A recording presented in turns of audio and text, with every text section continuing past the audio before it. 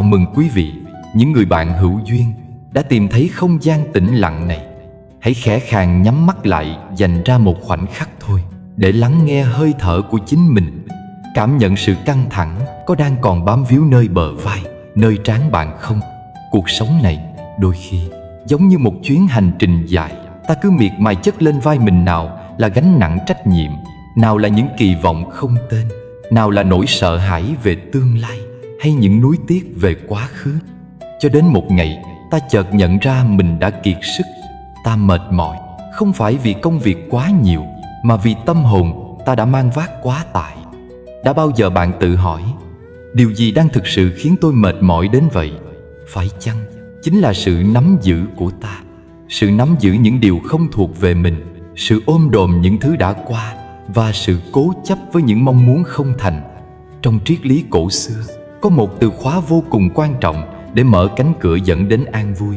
Đó là buông bỏ. Buông bỏ không có nghĩa là thờ ơ, là chán nản hay đầu hàng số phận, mà ngược lại, buông bỏ là một nghệ thuật sống tinh tế, là hành động của một tâm hồn đã đạt đến sự trưởng thành và tỉnh thức.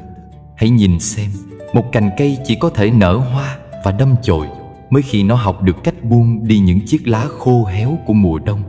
Một bàn tay chỉ có thể nhận lấy niềm vui mới khi nó mở ra và buông đi những thứ đang nắm chặt đến đau đớn.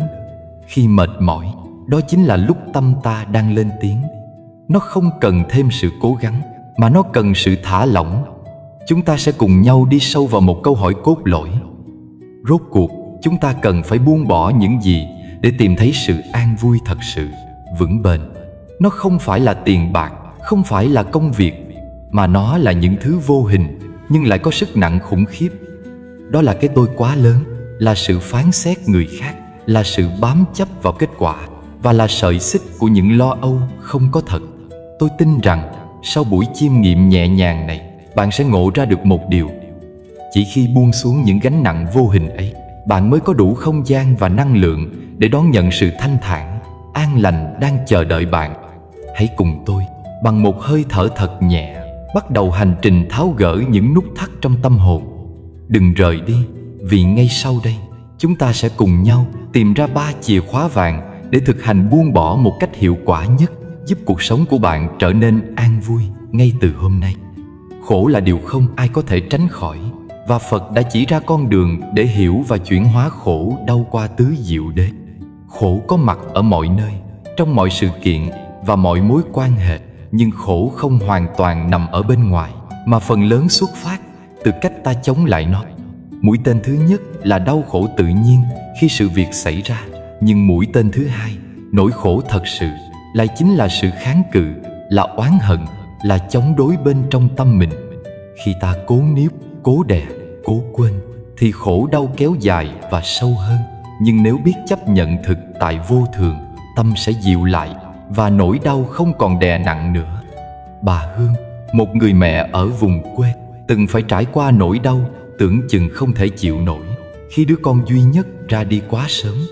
Ngày ấy, bà gào khóc, than thở, cả người như rơi vào hố sâu của mất mát, cảm giác trống rỗng khắp cơ thể, không còn gì để bám víu. Những ngày tháng đầu, bà cố gắng quên đi nỗi đau, trốn tránh những nơi nhắc nhớ đến con, nhưng nhận ra rằng nỗi nhớ không hề biến mất, trái lại, nó càng lớn dần, càng đè nặng trên tim. Bà không thể dùng sức mạnh hay ý chí để xóa bỏ ký ức ấy, cũng không thể ép tâm mình quên đi tình thương sâu nặng. Một hôm, sau những ngày dài vật vã, bà Hương ngồi yên, hít sâu từng hơi thở, nhìn hình ảnh con trong tấm ảnh cũ, và nhận ra rằng nỗi đau không phải để trừng phạt, mà là một phần của tình yêu, một phần của cuộc sống vô thường. Bà cho phép mình nhớ, cho phép mình thương, và dần dần chuyển hóa nỗi đau thành lòng từ, sự hiểu biết rằng sinh tử là quy luật, con người đến rồi đi, và tình yêu không mất đi khi hình hài tan biến. Thay vì chống lại nỗi đau, bà chấp nhận nó, để nỗi đau trở thành nhịp cầu dẫn bà đến sự bao dung, đến sự an yên trong tâm hồn. Chấp nhận vô thường không có nghĩa là buông xuôi, không phải là đầu hàng, mà là thấu hiểu, là nhìn nhận sự thật của đời sống một cách trọn vẹn, không thêm thắt, không phản kháng. Khi ta kháng cự, đau khổ nhân lên. Nhưng khi ta nhìn thẳng, cảm nhận đầy đủ mà không kìm nén, thì khổ đau trở nên nhẹ nhàng hơn. Như dòng sông trôi, khi gặp đá ngầm, nước không chống cự, vẫn chảy qua, uốn lượn và tiếp tục hành trình. Con người cũng vậy, chấp nhận vô thường là để tâm như nước, lắng và mượt mà không bị gập ghềnh làm gục ngã. Trong đời sống hàng ngày, vô thường hiện diện trong từng hơi thở, từng mối quan hệ, từng khoảnh khắc vui buồn.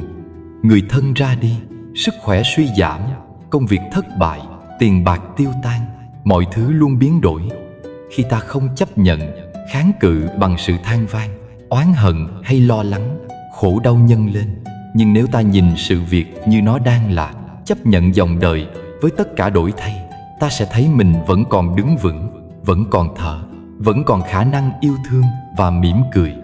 Bà Hương sau thời gian dài đã học cách chăm sóc tâm mình, không cố quên con, nhưng cũng không bị nỗi nhớ nhấn chìm.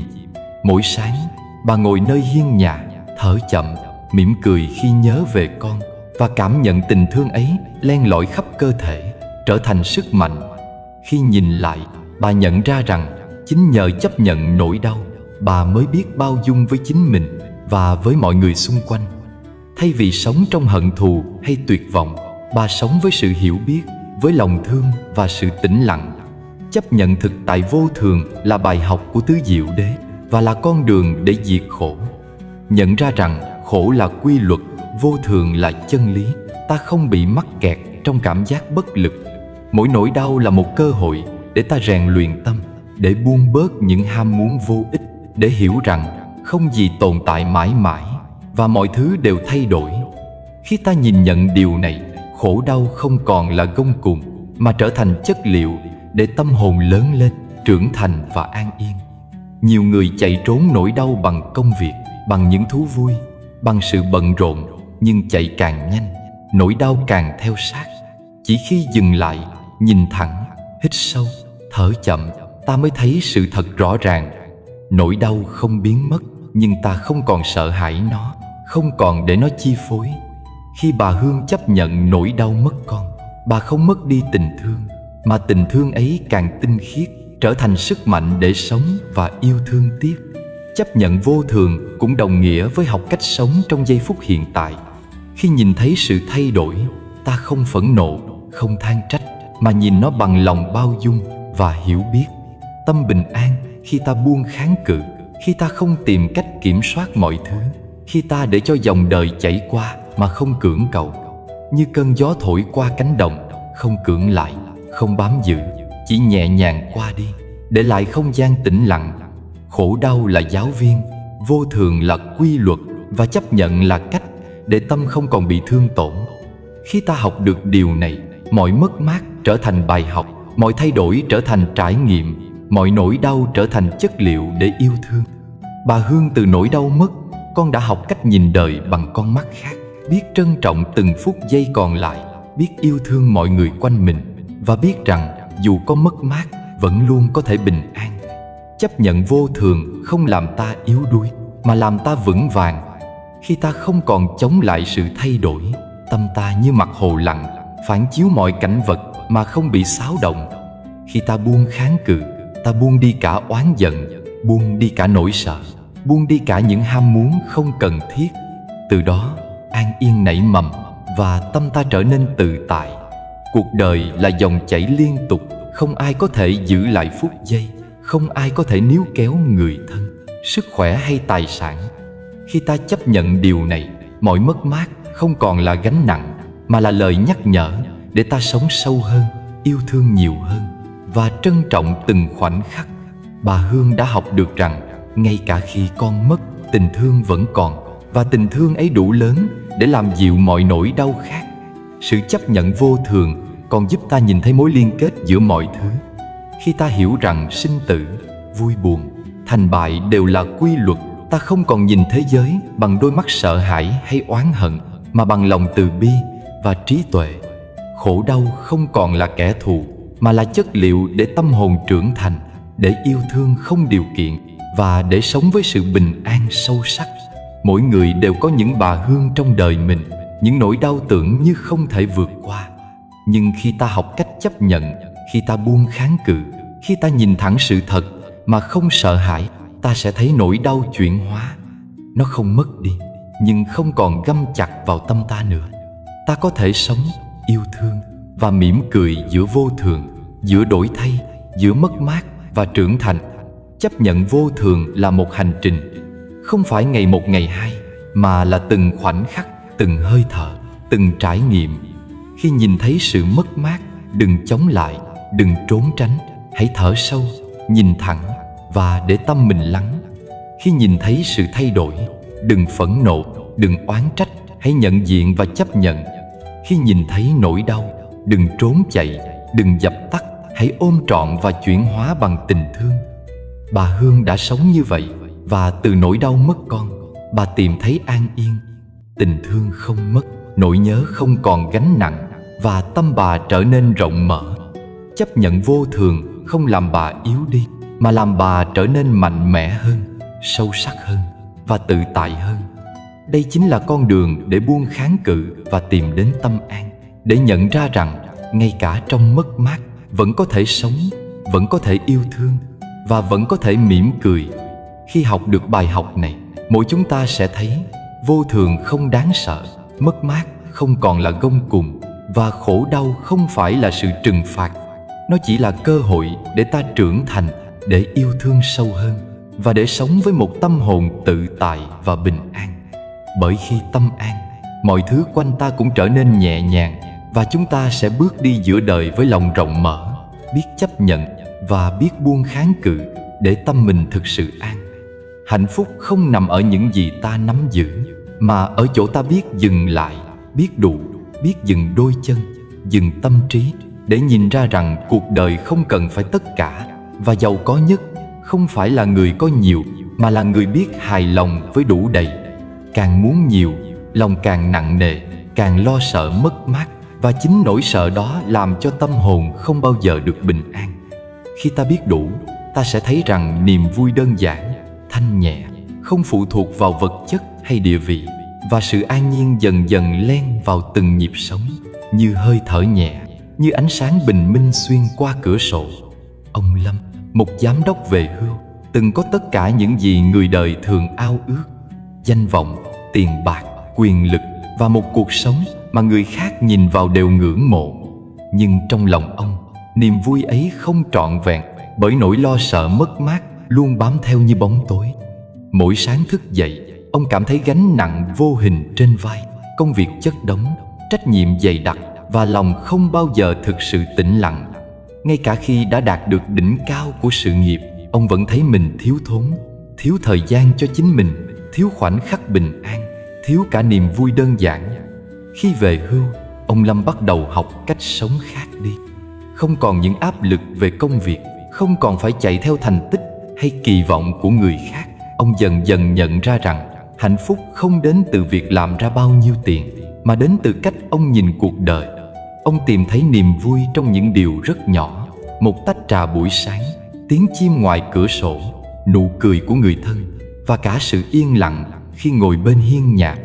Từng hơi thở của ông trở nên quan trọng hơn, từng khoảnh khắc hiện tại trở thành diệu kỳ, và ông nhận ra rằng sống để làm, để đạt được, để so sánh chỉ làm cho tâm hồn mệt mỏi, còn sống, để cảm nhận mới thực sự là giàu có.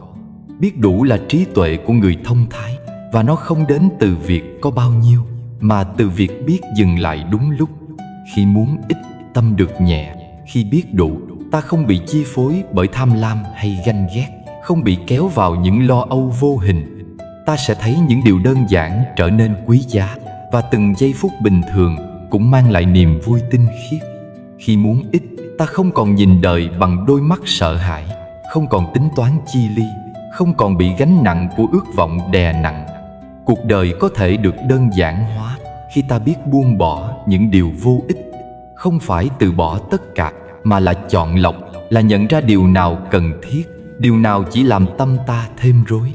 Ông Lâm từng dành nhiều năm sống trong guồng quay không ngừng nghỉ, nhưng giờ đây ông buông những cuộc gặp gỡ vô bổ, buông những lo lắng về việc người khác nghĩ gì, buông những áp lực không thuộc về mình.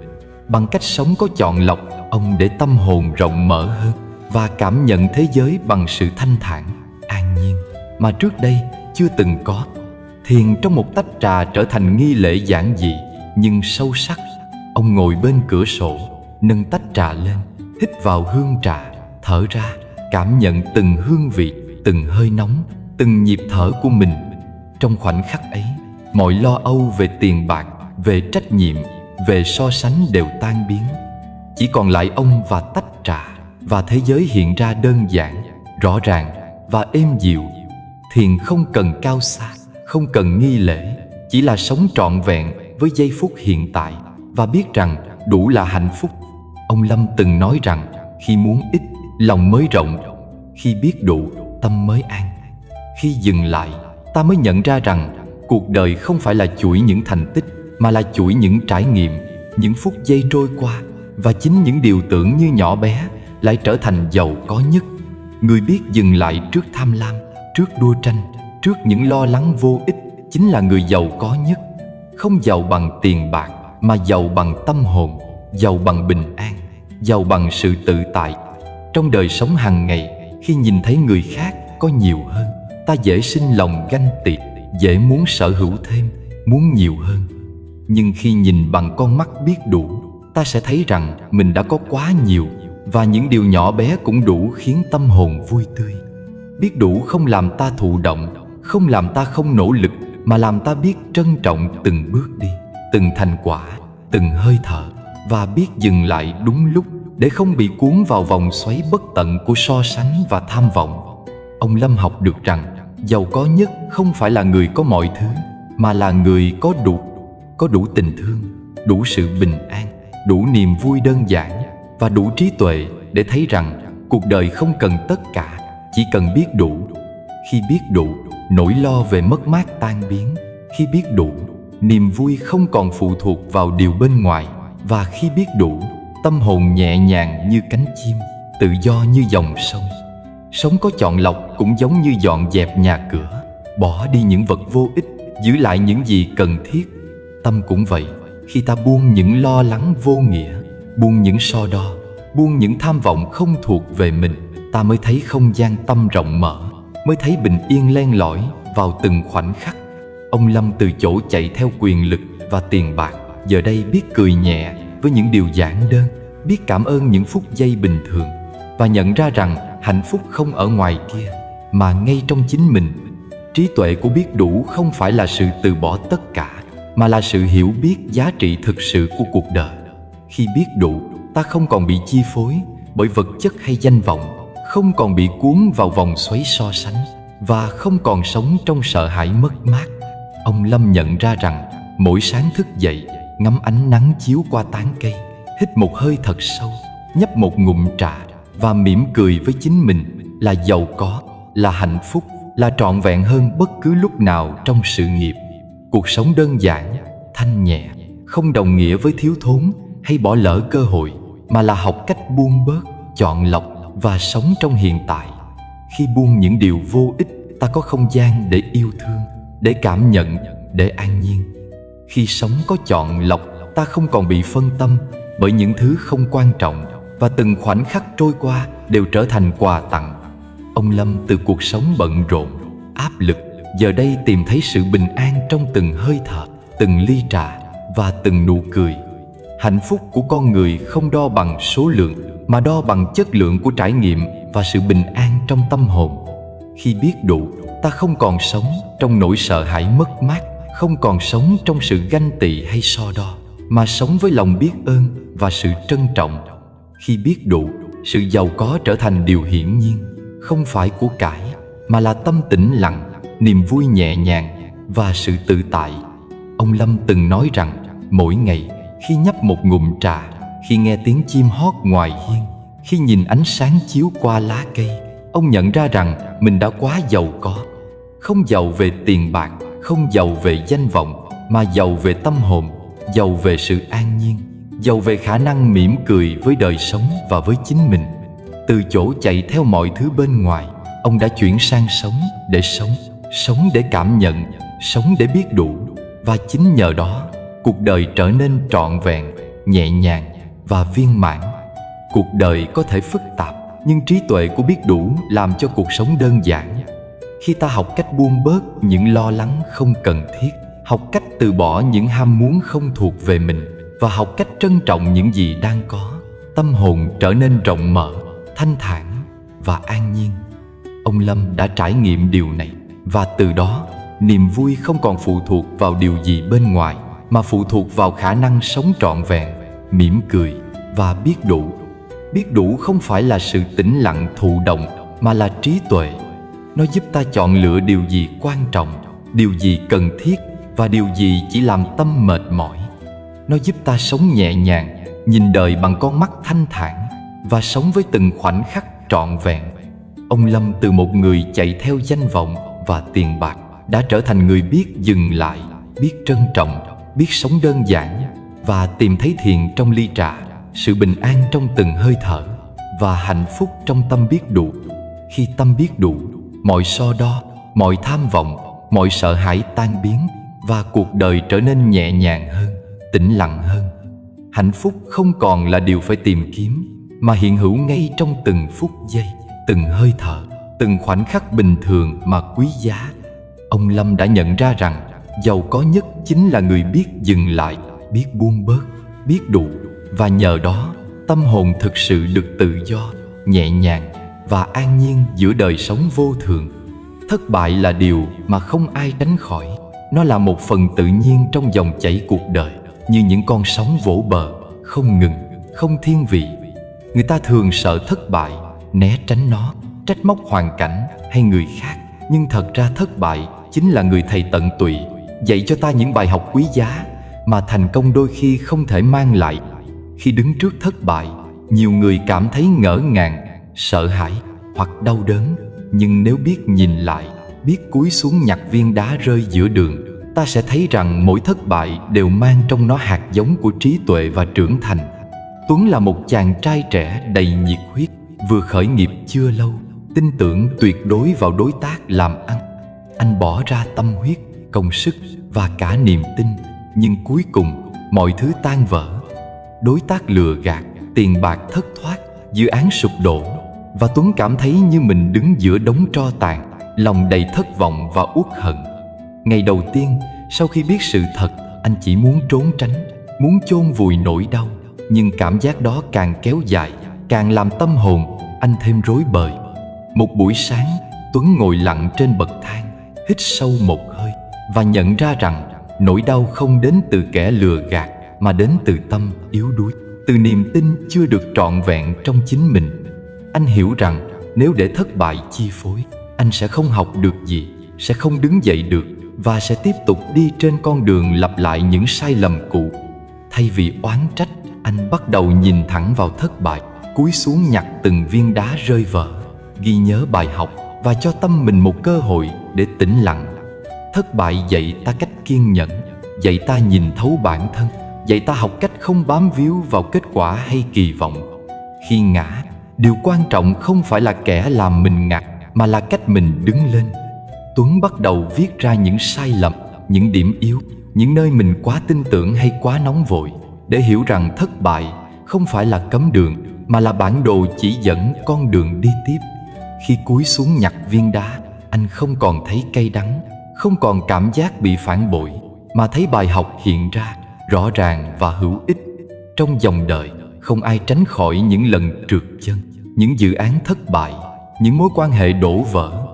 Nếu nhìn bằng con mắt oán trách, ta sẽ chỉ thấy khổ đau, thấy tổn thương, thấy nỗi đau nhân lên gấp bội. Nhưng nếu nhìn bằng con mắt học hỏi, bằng lòng biết ơn với những gì đang xảy ra, thất bại trở thành cơ hội để trau dồi bản thân, để kiên nhẫn, để sáng suốt hơn, để tâm hồn vững vàng hơn. Tuấn từ thất bại của mình đã học được điều đó, nhận ra rằng đứng lên không phải là quên đi, mà là ghi nhớ, không phải là chống đối, mà là chấp nhận bài học để bước tiếp. Thất bại cũng như bùn đất dưới chân, nếu ta bước lên mà giẫm đạp, nó sẽ làm ta trượt ngã thêm lần nữa.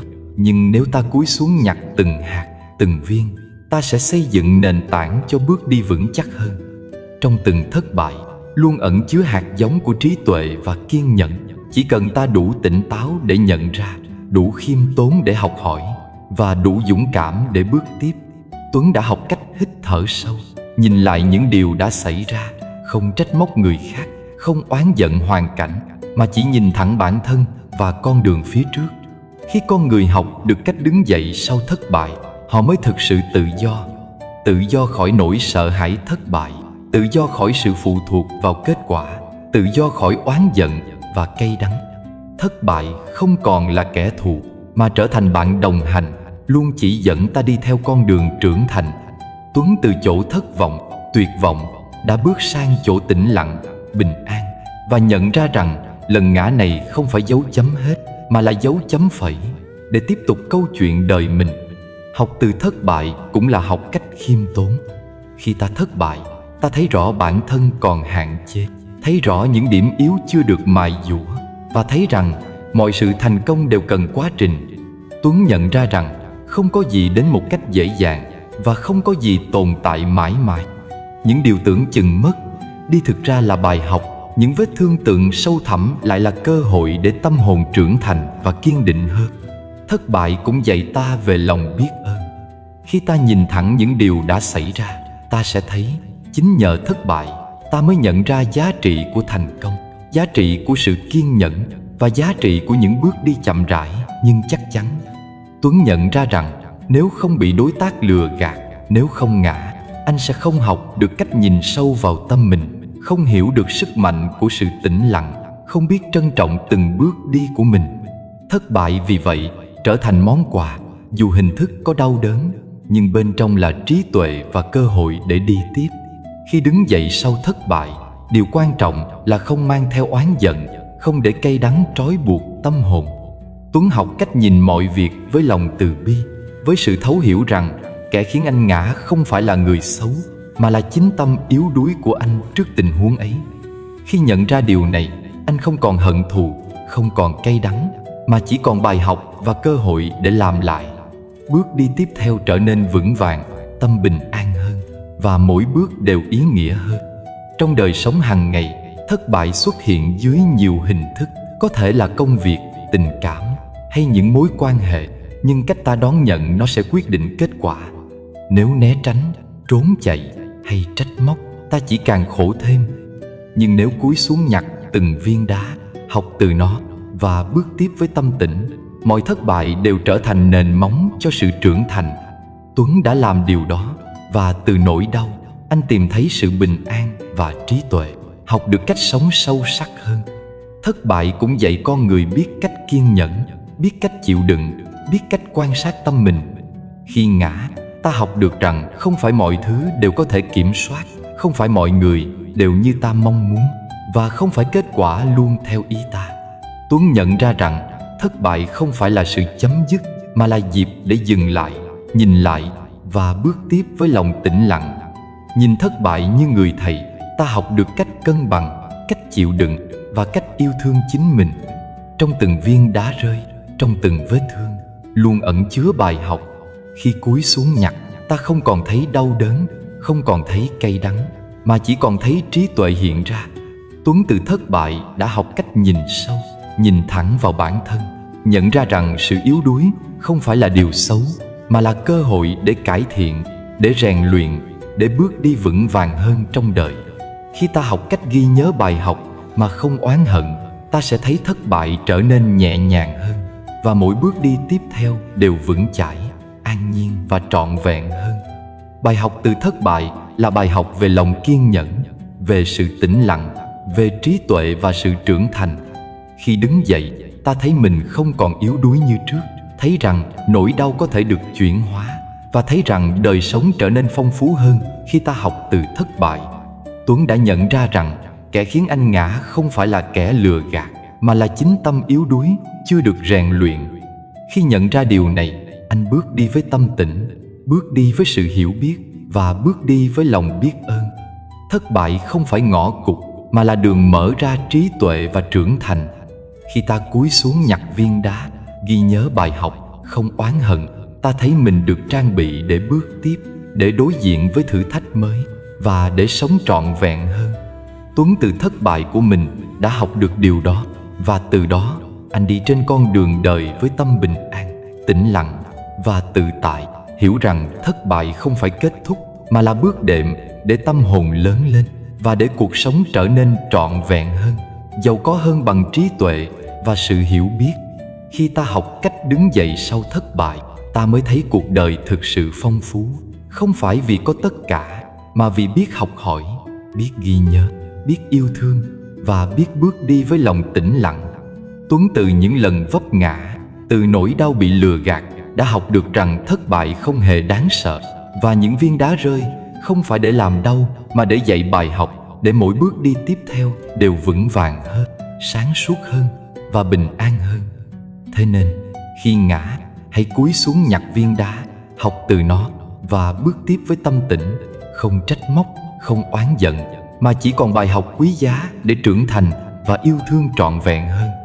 Buông bỏ không phải là hành động của kẻ yếu, không phải là chối bỏ, không phải là hèn nhát trốn tránh, mà là dấu hiệu của người mạnh mẽ, của người biết nhìn thẳng vào bản thân, biết hiểu và tỉnh thức.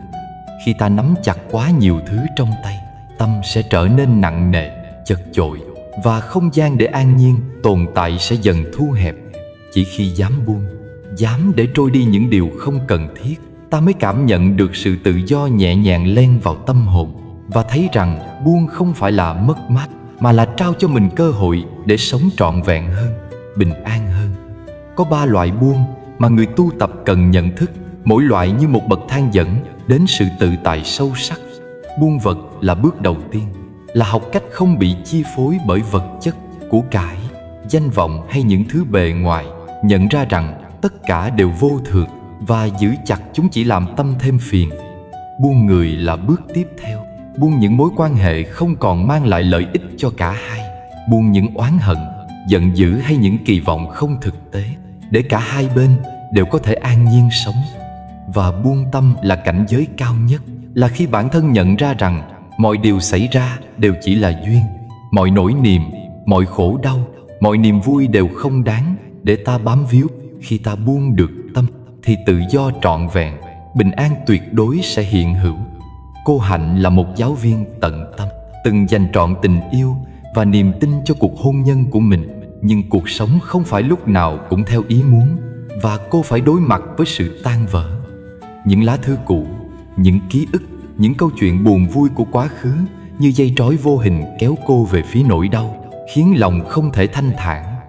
Một buổi chiều, cô quyết định đốt đi những lá thư đó. Cô không đốt người, không quên đi tình yêu từng có, mà cô buông nỗi đau, buông những gì giam cầm tâm hồn cô, để tự thương mình, để tự cho phép mình bước tiếp.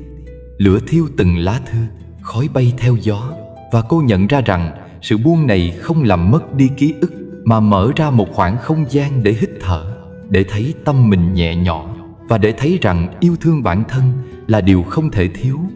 Buông bỏ là sự hiểu biết rằng nắm giữ không đồng nghĩa với giữ gìn, mà có khi là giữ thêm khổ đau. Khi ta buông, ta trao cho mình sự thanh thản, cho tâm hồn cơ hội để nghỉ ngơi, để trân trọng hiện tại mà không bị vướng víu bởi quá khứ hay lo lắng về tương lai. Cô Hạnh học được rằng buông bỏ không phải là chối bỏ quá khứ, mà là thấu hiểu, là chấp nhận và là yêu thương bản thân hơn. Khi ta biết yêu thương bản thân, ta sẽ không còn bám víu vào những thứ không đáng, và cuộc sống sẽ trở nên nhẹ nhàng, bình an hơn. Mỗi khi nắm quá chặt, tâm sẽ căng thẳng, giận dữ sẽ nảy sinh, phiền não sẽ chồng chất. Nhưng khi buông, ta sẽ thấy lòng rộng mở, từng hơi thở nhẹ nhõm, và thế giới trở nên dịu dàng. Buông vật giúp ta không bị trói buộc bởi của cải, danh vọng hay những ham muốn tạm bợ. Buông người giúp ta nhìn các mối quan hệ một cách tỉnh táo, không bị đau đớn hay oán giận chi phối. Buông tâm là bước đi cuối cùng, khi mọi thứ xảy ra đều được đón nhận, khi lòng không còn nặng trĩu bởi dục vọng, sân hận hay sợ hãi, và khi ấy bình an hiện diện trọn vẹn. Trong đời sống hàng ngày, nhiều khi ta bám víu vào những vật chất, tưởng rằng chúng là chỗ dựa, nhưng chính sự bám víu ấy làm tâm thêm nặng. Khi buông, ta sẽ thấy rằng vật chất đến rồi đi, giữ chặt chỉ làm lo lắng và sợ mất mát lớn hơn. Tâm buông, mắt nhìn đời nhẹ nhàng hơn, lòng không còn bực bội, oán hận hay ganh tị, và từng khoảnh khắc bình thường đều trở nên quý giá. Cô Hạnh hiểu rằng Đốt đi những lá thư cũ không phải là quên đi người, mà là quên đi sự vướng mắc, để cho mình không còn bị chi phối bởi đau khổ quá khứ, để bước ra khỏi bóng tối và để tâm mình trở nên trong sáng hơn. Buông bỏ cũng là học cách nhận ra vô thường. Mọi thứ trên đời đều không bền lâu, và khi ta cố giữ, cố nắm, cố chi phối, chỉ làm tâm thêm căng thẳng. Khi buông, ta thấy sự vô thường không còn là nỗi sợ, mà là cơ hội để sống trọn vẹn, để trân trọng những gì đang có và để bước tiếp mà không bị gánh nặng quá khứ kéo lại. Cô Hạnh từ việc buông bỏ lá thư cũ đã nhận ra rằng quá khứ chỉ còn là bài học, và cô hoàn toàn có thể bước ra với tâm tĩnh lặng, không còn bị vướng bận bởi những điều đã qua. Buông người là bài học khó hơn, bởi nó liên quan đến tình cảm và sự gắn kết sâu sắc. Nhưng khi nhìn thấu, khi tỉnh thức, ta thấy rằng không phải ai ở lại bên mình cũng là người để nắm giữ, và không phải ai rời đi cũng là mất mát. Khi buông người, ta không ghét bỏ, không oán giận, mà chỉ nhận ra rằng mối quan hệ nào còn duyên, còn tình thương sẽ tự nhiên phát triển. Còn những gì không còn phù hợp thì buông là cách cho cả hai tự do. Cô Hạnh học cách buông người bằng cách dừng bám víu vào quá khứ, không còn để nỗi đau chi phối, để cho cả cô và người ấy có cơ hội sống nhẹ nhàng hơn. Buông tâm là bước cuối cùng, cảnh giới cao nhất, nơi mà mọi sự vật, mọi mối quan hệ, mọi tình cảm đều được đón nhận như nó vốn có. Khi tâm buông, ta không còn phản kháng, không còn cố nắm giữ hay chạy trốn, và lúc ấy bình an tự nhiên hiện diện. Không còn sân hận, không còn tham muốn, không còn sợ mất, chỉ còn sự tĩnh lặng, nhẹ nhàng và trọn vẹn. Cô Hạnh từng trải qua nỗi đau lớn, nhưng khi buông tâm, cô cảm nhận được bình an trong từng hơi thở, sự nhẹ nhõm trong từng suy nghĩ, và niềm vui giản đơn trong những khoảnh khắc hiện tại. Buông bỏ cũng là biết yêu thương chính mình. Khi ta còn giữ khổ đau, còn bám víu quá khứ, ta đang tự làm mình đau thêm. Khi ta buông, ta đang trao cho chính mình cơ hội để chữa lành, để yêu thương bản thân, để nhận ra rằng mình xứng đáng được hạnh phúc, và rằng tự do bắt đầu từ việc buông. Cô Hạnh không đốt đi lá thư để quên người, mà để thương chính mình, để nhận ra rằng cuộc sống vẫn còn đẹp, vẫn còn cơ hội để an nhiên và vui sống. Trong từng hơi thở, từng khoảnh khắc khi buông, ta sẽ thấy tâm hồn rộng mở, cảm giác thanh nhẹ, không còn bị vướng bận. Những điều đến, dù tốt hay xấu, không làm tâm thêm nặng, vì tâm đã buông, đã tĩnh lặng và đã hiểu rằng mọi thứ đều là duyên. Cô Hạnh nhận ra rằng sau khi buông, nỗi đau không biến mất hoàn toàn, nhưng nó không còn trói buộc, không còn làm tổn thương, và nhường chỗ cho trí tuệ, cho lòng từ bi và cho bình an. Buông bỏ là hành trình, không phải khoảnh khắc. Nó cần sự kiên nhẫn, tỉnh thức và lòng can đảm. Mỗi lần buông một vật, một người hay một tâm niệm, ta đang dọn đường cho tâm hồn tự do, cho niềm vui giản đơn len lỏi vào từng hơi thở, từng suy nghĩ. Cô Hạnh từ những ngày nặng nề, bế tắc, đã học cách buông từng bước, từ vật chất đến người, và cuối cùng là tâm, để từng ngày cảm nhận bình an hiện diện trong đời sống thường nhật. Khi biết buông, ta mới thực sự bước ra khỏi vòng xoáy phiền não, từ sân hận, từ tiếc nuối, từ ganh ghét. Buông không phải là quên, không phải là chối bỏ, mà là sự tỉnh thức, là trí tuệ, là tình thương với chính mình và với đời. Cô Hạnh đã hiểu điều này, và từ đó cô sống nhẹ nhàng hơn, yêu thương hơn, và trân trọng những gì hiện hữu, thay vì níu giữ những gì đã qua. Trong cuộc sống, không thiếu những điều khiến tâm nặng trĩu, nhưng khi biết buông, ta sẽ thấy đường đi nhẹ nhàng hơn, tâm hồn mở rộng hơn, và từng bước đi đều an nhiên. Buông bỏ là nghệ thuật, là trí tuệ, là sự hiểu biết rằng nắm giữ không mang lại hạnh phúc, mà chỉ buông mới đem đến tự do. Cô Hạnh từ trải nghiệm của mình đã học được rằng khi buông, không chỉ nỗi đau giảm đi, mà tình thương với bản thân và với đời tăng lên, và bình an thực sự ngự trị nơi tâm hồn. Buông bỏ là con đường dẫn đến tự do, dẫn đến hạnh phúc, dẫn đến sự an nhiên giữa đời sống đầy biến động. Khi buông vật, ta không còn bị trói bởi của cải hay ham muốn. Khi buông người, ta không còn bị chi phối bởi oán hận hay kỳ vọng. Khi buông tâm, Ta bước vào cảnh giới của trí tuệ và bình an, nơi mọi sự vật đều được đón nhận như vốn có. Cô Hạnh từ những ngày bận rộn, đau khổ đã học cách buông từng bước, và từ đó tâm hồn cô trở nên rộng mở, nhẹ nhàng và tự do hơn. Mỗi lần buông bỏ, ta học được rằng hạnh phúc không nằm ở nắm giữ, mà ở khả năng để trôi đi, ở sự biết thương chính mình, và ở khả năng đón nhận hiện tại với tâm bình an.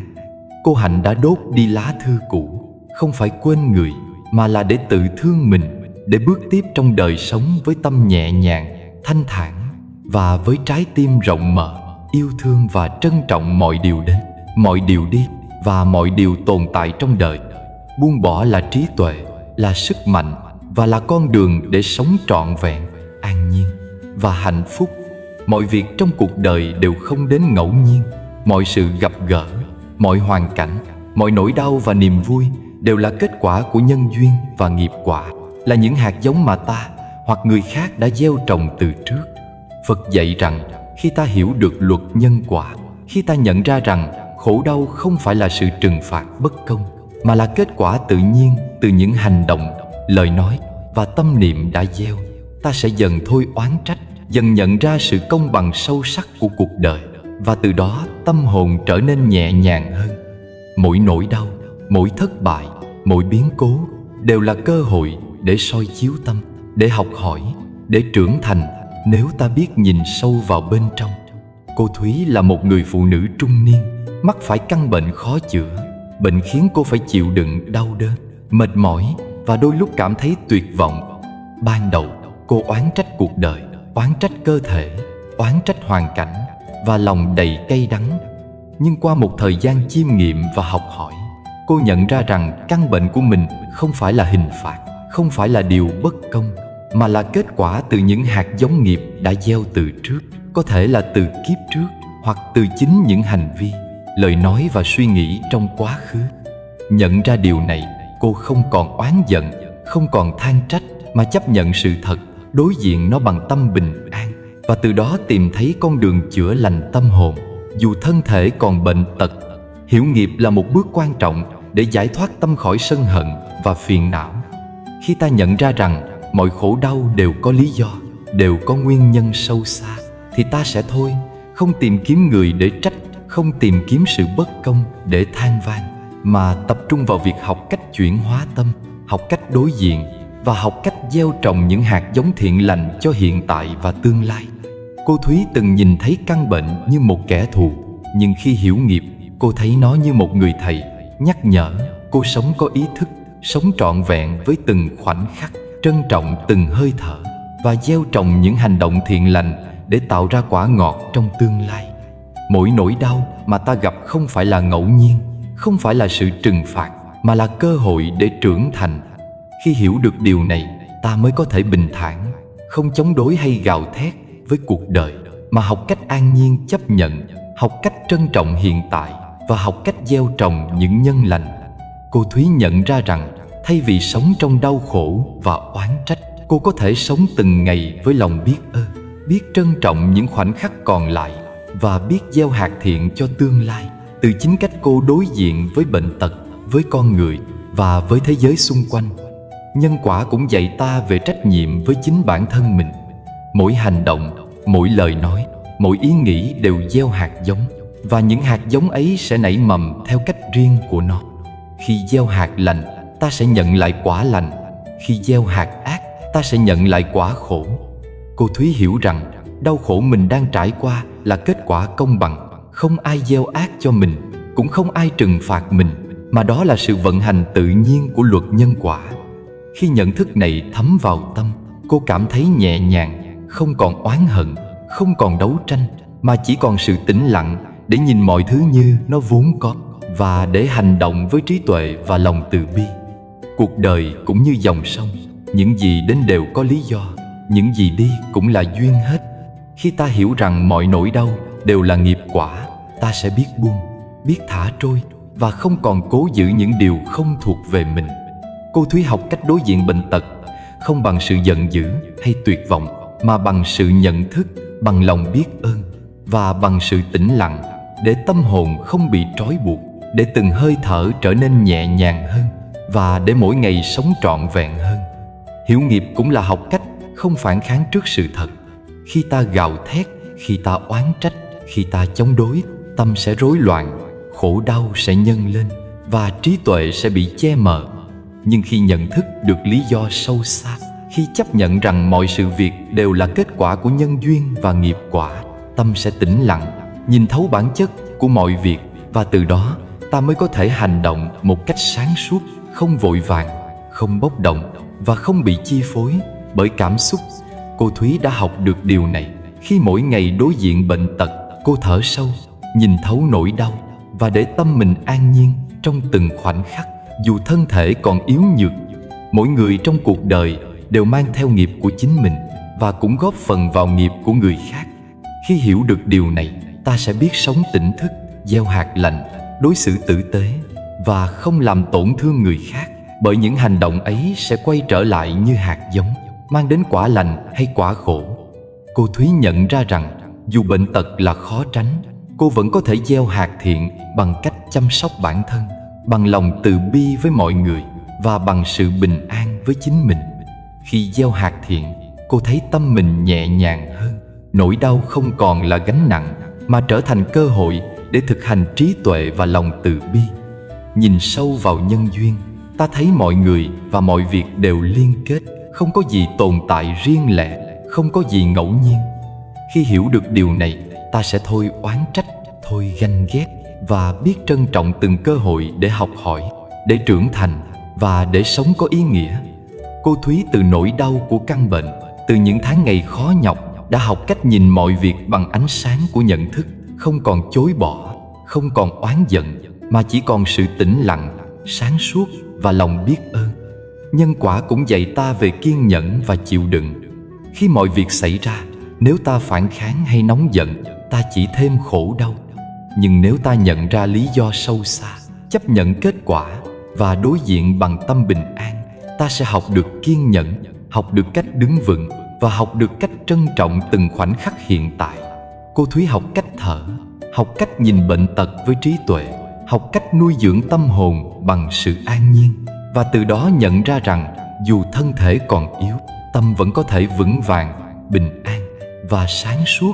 Hiểu nhân quả cũng là học cách tha thứ, không chỉ tha thứ cho người khác mà còn tha thứ cho chính mình. Mỗi lỗi lầm trong quá khứ, mỗi hành động sai, mỗi lời nói không đúng đều tạo ra nghiệp. Khi ta nhận thức, không oán trách, không tự trách quá mức, ta sẽ thấy rằng mọi thứ chỉ là hạt giống, và việc gieo hạt mới hôm nay sẽ quyết định quả ngọt ngày mai. Cô Thúy từ bệnh tật của mình, từ những đau đớn và giới hạn, học cách tha thứ cho bản thân, cho những sai lầm trước đây, và gieo hạt lành trong hiện tại để tương lai tươi sáng hơn. Khi nhìn nhận mọi việc bằng con mắt nhân duyên và nghiệp quả, ta thấy rằng không có gì xảy ra là vô nghĩa, không có gì là bất công. Mỗi nỗi đau đều là cơ hội, mỗi thử thách đều là bài học, mỗi niềm vui đều là kết quả của hạt giống thiện đã gieo. Cô Thúy từ những ngày tháng bệnh tật, từ những cảm giác cô đơn và đau đớn, học cách đón nhận tất cả như nó vốn có, không chối bỏ, không oán trách, và từ đó cảm nhận sự bình an len lỏi vào từng khoảnh khắc đời sống. Mọi việc đến đều có lý do, mọi người gặp đều có duyên, và mọi nỗi đau đều có bài học. Khi ta nhận thức được điều này, tâm sẽ nhẹ nhàng hơn, cuộc sống sẽ trở nên rõ ràng hơn, và ta sẽ biết sống trọn vẹn với từng hơi thở, từng ngày trôi qua, mà không còn bị vướng bận bởi oán giận hay tuyệt vọng. Cô Thúy từ bệnh tật, từ thử thách đã học cách sống mỗi ngày với lòng biết ơn, với trí tuệ và với sự tĩnh lặng, nhận ra rằng mọi việc đều có lý do, mọi nỗi đau đều là bài học, và mọi niềm vui đều là kết quả của hạt giống thiện lành đã gieo trồng. Hiểu nhân duyên và nghiệp quả là học cách sống tỉnh thức, là học cách trân trọng hiện tại, là học cách gieo hạt thiện cho tương lai, và là học cách đối diện khổ đau bằng tâm bình an. Cô Thúy từ những ngày tháng đầy khó khăn đã học được rằng dù cuộc đời có đầy biến động, nỗi đau có lớn đến đâu, tâm vẫn có thể tĩnh lặng, bình an và sáng suốt, miễn là ta biết nhìn sâu, hiểu rõ và sống với trí tuệ của nhân quả. Khi đó, mọi việc đến đều trở nên có lý do, mọi thử thách trở thành bài học, và mọi khoảnh khắc trở nên quý giá, trọn vẹn và đầy ý nghĩa. Khổ là ngọn lửa rèn tâm, là thử thách mà cuộc đời đặt ra để mỗi con người học cách trưởng thành và hiểu rằng sự sáng tâm không đến từ những ngày bình yên, mà từ những lúc chịu đựng, từ những trải nghiệm mà ta muốn chối bỏ nhưng không thể, từ những nỗi đau mà nếu khéo soi ta thấy được bài học tiềm ẩn. Giống như vàng, muốn tinh khiết phải trải qua lửa, tâm người muốn sáng, muốn an nhiên cũng phải đi qua những khổ đau, những thất bại, những mất mát và những trở ngại. Khổ là thầy dạy, nhưng không phải thầy la mắng hay trừng phạt, mà là thầy nghiêm khắc, tận tụy, giúp ta nhận ra giới hạn của mình để vượt qua và trưởng thành hơn từng ngày.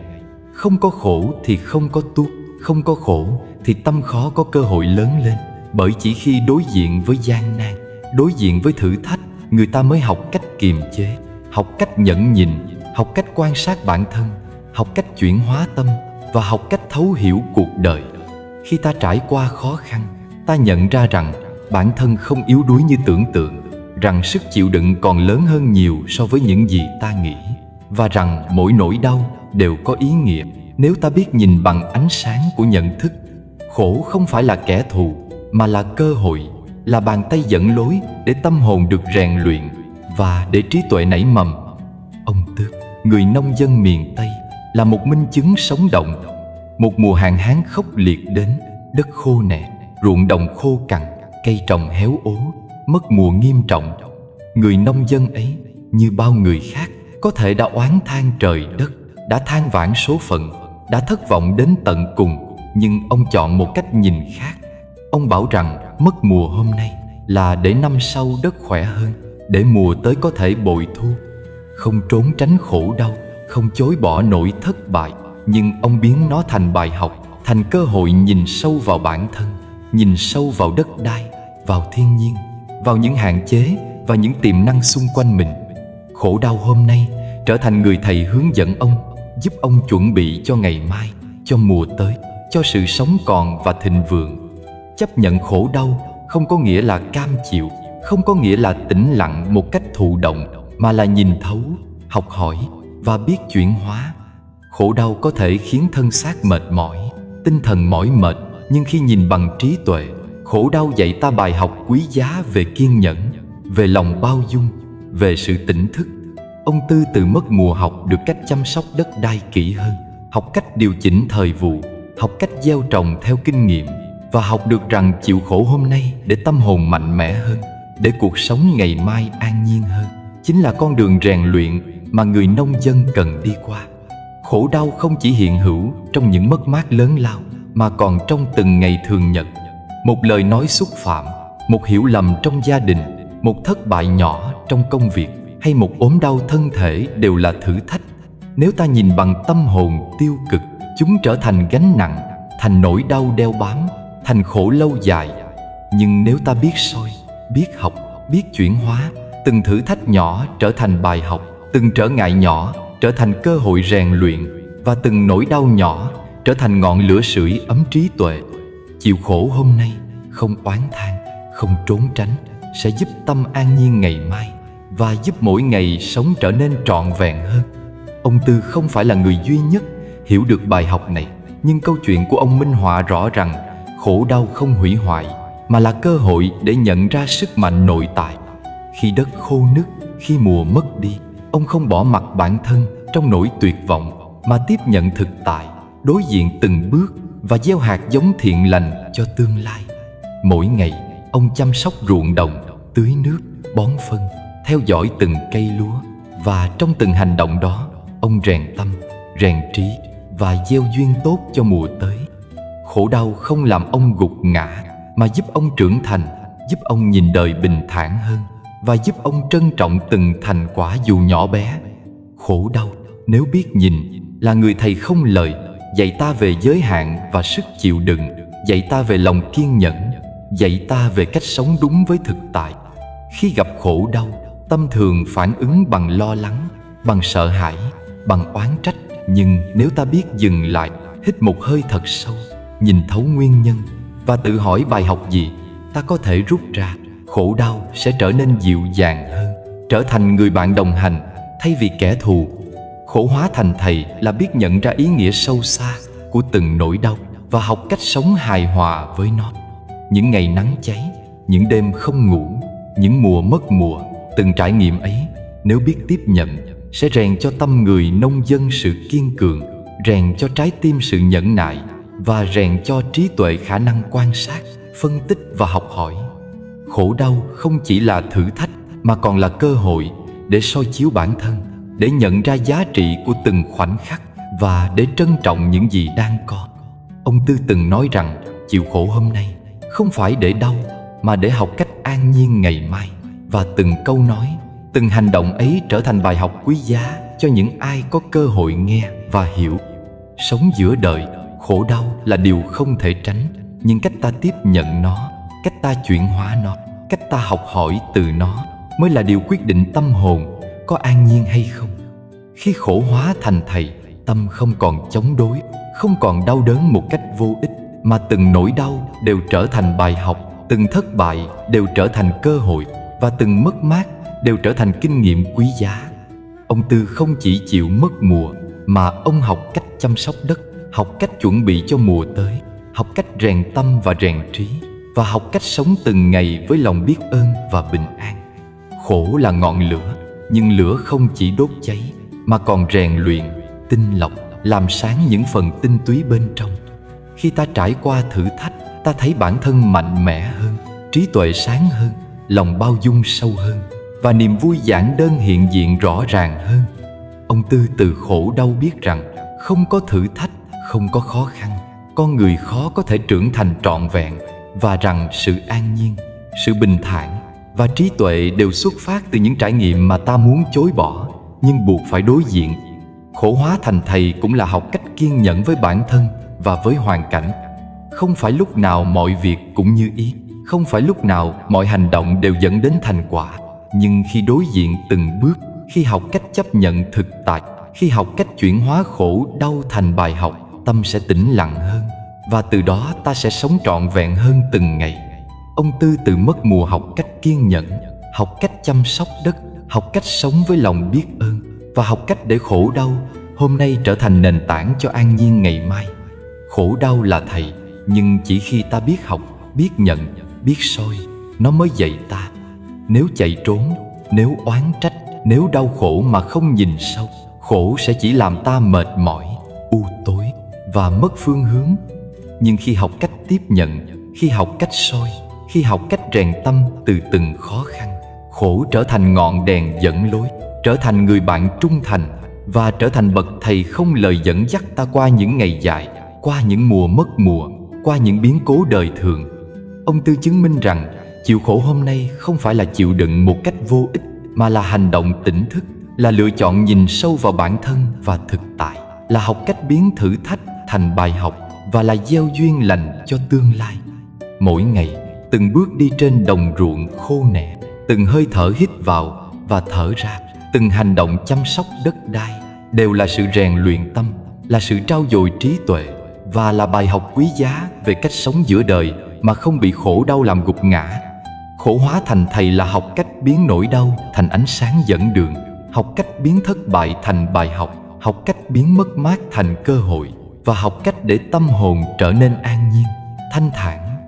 Khi ta hiểu được điều này, từng khó khăn trở nên nhẹ nhàng hơn, từng thất bại trở nên ý nghĩa hơn, và từng ngày sống trở nên quý giá, trọn vẹn và đầy ắp trí tuệ và lòng từ bi. Ông Tư từ những mất mùa, những nỗi lo cơm áo, học cách sống với tâm tĩnh, học cách thấy khổ đau không còn là kẻ thù mà là thầy dẫn lối, và học cách biến những ngày khó khăn thành nền tảng cho sự an nhiên, hạnh phúc và trí tuệ mai sau. Mỗi người đều có khổ, nhưng cách ta nhìn khổ, cách ta học từ khổ, và cách ta để khổ dẫn dắt mới quyết định đời sống tinh thần của ta. Khổ đau hôm nay nếu biết học sẽ là niềm an nhiên ngày mai, sẽ là trí tuệ và bình an, và sẽ giúp ta bước đi giữa đời không còn sợ hãi, không còn đau đớn, mà với trái tim rộng mở, sáng suốt và bình thản như ông Tư giữa những mùa mất mùa, giữa những thử thách không thể tránh nhưng có thể chuyển hóa bằng nhận thức, bằng lòng kiên nhẫn và bằng trí tuệ của khổ hóa thành thầy. Trả nghiệp là điều mà mỗi con người không thể tránh, bởi mọi hành động, lời nói và ý niệm từ trước đều gieo hạt giống, và kết quả không sớm thì muộn sẽ hiện ra. Phật dạy rằng chúng ta có hai cách để trả nghiệp. Một là bằng khổ đau. Khi tâm đầy oán trách, sợ hãi, bất mãn, thì khổ đau sẽ chồng chất, dây chuyền nối dài và làm tâm hồn rối loạn. Hai là bằng trí huệ và lòng từ bi. Khi ta hiểu rằng mỗi biến cố, mỗi nỗi đau, mỗi trở ngại là bài học để soi chiếu bản thân, để nuôi dưỡng tâm bình an và để gieo trồng những hạt giống thiện lành cho hiện tại và tương lai.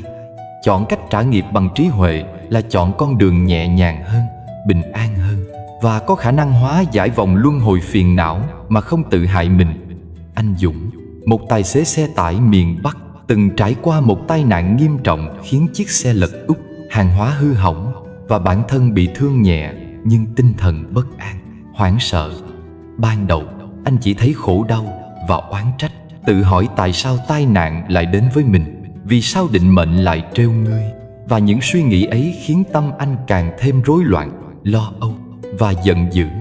Nhưng qua những phút tĩnh lặng, qua sự hướng dẫn của những người thiện tri thức, anh nhận ra rằng tai nạn này không phải là sự trừng phạt bất công, mà là cơ hội để trả nghiệp, để học hỏi, để chuyển hóa tâm và để nhìn sâu vào chính mình. Trí huệ bắt đầu từ việc đặt câu hỏi đúng, không phải hỏi tại sao là tôi, mà hỏi điều này đang dạy tôi điều gì. Khi anh Dũng đặt câu hỏi ấy, tâm anh bắt đầu dịu lại. Những oán giận và sợ hãi không còn là trọng lực kéo anh xuống, mà trở thành những tín hiệu để soi chiếu, để nhận diện những hạt giống nghiệp cũ, để học cách điều chỉnh hành vi, lời nói và tâm niệm trong hiện tại. Anh nhận ra rằng nếu cứ trả nghiệp bằng đau khổ, bằng sợ hãi, bằng oán trách, tâm sẽ ngày càng nặng nề và chuỗi nhân quả chỉ chồng chất thêm. Nhưng khi trả nghiệp bằng trí huệ, bằng nhận thức và bằng lòng từ bi, tâm nhẹ nhàng, trí tuệ mở ra và những nút thắt trong tâm được tháo gỡ. Niệm Phật là một phương tiện tuyệt vời để thanh lọc tâm, để tập trung năng lượng vào chánh niệm và để chuyển hóa những hạt giống tiêu cực.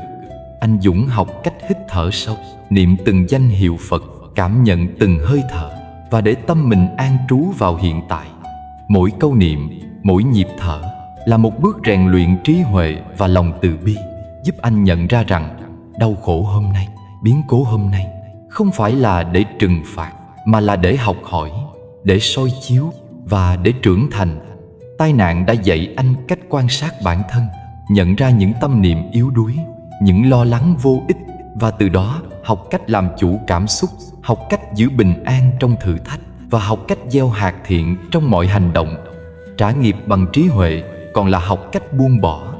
Khi ta hiểu rằng mỗi sự việc đều có nguyên nhân sâu xa, mỗi nỗi đau đều có bài học và mỗi thử thách đều là cơ hội, ta sẽ không còn bám chấp, không còn sân hận, không còn oán trách. Tâm trở nên nhẹ nhàng, không bị ràng buộc bởi quá khứ hay lo sợ tương lai, mà sống trọn vẹn từng khoảnh khắc hiện tại. Anh Dũng từ sự kiện tai nạn nhận ra rằng thay vì trách móc người khác, trách móc số phận, anh có thể học cách quan sát, học cách chuyển hóa, học cách gieo hạt lành, và từ đó mọi chuyện trở nên nhẹ nhàng hơn, bình an hơn và ý nghĩa hơn. Khi trả nghiệp bằng trí huệ và lòng từ bi, tâm ta không còn là nô lệ của biến cố, mà trở thành chủ nhân của chính mình. Mỗi ngày, anh Dũng đều niệm Phật, rèn luyện tâm, quan sát từng hành vi, học cách nói lời tử tế, học cách nhìn người bằng ánh mắt từ bi và học cách hành động với trí tuệ. Những gì từng là khổ đau, từng là thất vọng, giờ trở thành cơ hội để soi chiếu tâm, để nhận ra giá trị của mỗi phút giây và để gieo hạt thiện cho tương lai. Trí huệ và lòng từ bi chính là hai công cụ để trả nghiệp một cách nhẹ nhàng, thông minh và không hại chính mình. Cách trả nghiệp này không chỉ giúp cá nhân bình an, mà còn lan tỏa năng lượng tích cực ra môi trường xung quanh. Khi ta giữ bình an trong tâm, khi ta nhìn mọi việc bằng trí huệ và khi ta gieo hạt thiện, năng lượng ấy sẽ tác động đến người khác, khiến những mối quan hệ trở nên hài hòa hơn, khiến môi trường sống trở nên an lành hơn và giúp ta không bị mắc kẹt trong chuỗi nhân quả tiêu cực. Anh Dũng thấy rằng thay vì để nỗi đau chi phối, anh có thể dùng tâm bình an để tạo ra điều tích cực và và chính điều này giúp mọi thứ vận hành nhẹ nhàng, tự nhiên và không bị dây chằng bởi oán hận. Hiểu và trả nghiệp bằng trí huệ cũng giúp ta nhìn sâu vào nguyên nhân, thay vì chỉ nhìn vào hậu quả. Anh Dũng nhận ra rằng tai nạn không phải là nguyên nhân chính của khổ đau, mà chính là tâm chưa sáng, tâm chưa tịnh, tâm còn sợ hãi và oán trách mới làm khổ trở nên nặng nề. Khi nhận diện rõ điều này, anh học cách quan sát, học cách kiềm chế phản ứng, học cách gieo hạt thiện trong từng hành động và lời nói, và học cách để biến biến cố thành bài học quý giá. Trí huệ trong trả nghiệp còn là khả năng tự hỏi và soi chiếu, là năng lực nhận ra mình đang học gì từ nỗi đau và điều gì cần thay đổi. Khi ta hỏi điều này đang dạy tôi điều gì, tâm sẽ tĩnh lặng hơn, thấy rõ nhân quả, thấy rõ bản chất của nỗi đau, và từ đó hành động một cách tỉnh thức, không bị cuốn theo cảm xúc tiêu cực. Anh Dũng từ những ngày niệm Phật, hít thở chánh niệm, đã học cách trả nghiệp bằng cách thấu hiểu, bằng lòng từ bi và bằng sự tỉnh thức, giúp tâm mình an nhiên. Và những ngày tiếp theo, mỗi bước đi trên đường đều trở nên nhẹ nhàng hơn, bình an hơn. Khổ đau, tai nạn hay những biến cố không phải là để trừng phạt, mà là cơ hội để nhìn sâu, để học hỏi và để gieo trồng hạt giống thiện lành. Khi trả nghiệp bằng trí huệ, ta không còn là nạn nhân của hoàn cảnh, mà trở thành người học, người rèn luyện và người gieo hạt thiện cho chính tương lai. Anh Dũng từng trải qua lo sợ, giận dữ và tuyệt vọng, nhưng nhờ trí huệ và lòng từ bi, anh thấy được hướng đi, thấy được cách tháo gỡ những nút thắt trong tâm và học cách sống bình an trong thử thách. Mỗi con người đều có nghiệp để trả, nhưng cách trả nghiệp quyết định chất lượng tâm hồn và đời sống. Khi trả nghiệp bằng đau khổ, tâm bị ràng buộc, trí tuệ mờ mịt và khổ đau kéo dài. Khi trả nghiệp bằng trí huệ, bằng hiểu biết và bằng lòng từ bi, tâm được thanh thản, trí tuệ mở ra và nỗi đau trở thành cơ hội để trưởng thành, để soi chiếu bản thân và để gieo hạt thiện lành cho tương lai. Anh Dũng từ sự kiện tai nạn học cách trả nghiệp bằng trí huệ, học cách đối diện khổ đau, học cách gieo hạt thiện và học cách sống mỗi ngày với tâm bình an, thanh thản. Hiểu và trả nghiệp bằng trí huệ cũng là học cách không bám chấp vào quá khứ hay oán giận người khác. Khi ta nhận ra rằng khổ đau là kết quả tự nhiên của những hạt giống đã gieo, khi ta nhận ra rằng oán hận chỉ làm tăng thêm khổ đau, ta sẽ biết tha thứ, buông bỏ và gieo hạt thiện trong hiện tại. Anh Dũng học cách không trách móc người khác, không đổ lỗi cho hoàn cảnh, mà học cách nhìn sâu, soi chiếu tâm và gieo hạt thiện trong từng hành động, từng lời nói, từng hơi thở. Trả nghiệp bằng trí huệ và lòng từ bi không phải là việc dễ dàng, nhưng khi kiên trì thực hành, khi niệm Phật, khi quan sát bản thân, khi soi chiếu từng hành vi, tâm sẽ dần bình an, nỗi đau sẽ giảm nhẹ và cuộc sống trở nên có ý nghĩa hơn. Anh Dũng học cách sống từng ngày, không còn sợ hãi hay oán trách, mà sống với sự nhận thức, với lòng từ bi và với trí tuệ soi đường. Mỗi thử thách trở thành cơ hội, mỗi khổ đau trở thành bài học, và mỗi ngày sống trở nên trọn vẹn hơn. Khi hiểu nghiệp, khi trả nghiệp bằng trí huệ và lòng từ bi, tâm sẽ không còn bị trói buộc bởi nỗi đau, không còn bị đè nặng bởi thất bại, và không còn bị cuốn theo chuỗi phản ứng tiêu cực. Anh Dũng từ tai nạn học cách giữ bình an trong từng hơi thở, học cách niệm Phật để gỡ bỏ nút thắt tâm, và học cách để từng biến cố trở thành bài học quý giá.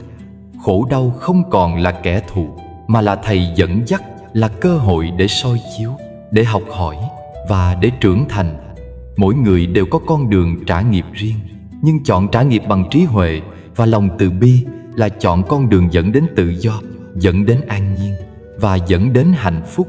Anh Dũng đã học được rằng nỗi đau không hủy hoại, thử thách không làm gục ngã, và thất bại không là tận cùng, nếu biết dùng trí huệ và lòng từ bi để chuyển hóa. Khi đó, tâm không còn sợ hãi, khổ đau không còn nặng nề, và cuộc sống trở nên nhẹ nhàng, thanh thản và trọn vẹn. Hiểu nghiệp, trả nghiệp bằng trí huệ và lòng từ bi là học cách sống tỉnh thức, là học cách gieo hạt thiện, là học cách chuyển hóa khổ đau thành bài học, và là học cách để tâm an nhiên giữa dòng đời biến động. Anh Dũng từ tai nạn học cách thở, học cách niệm Phật, học cách soi chiếu tâm, học cách tha thứ và học cách trả nghiệp một cách thông minh, nhẹ nhàng và sáng suốt.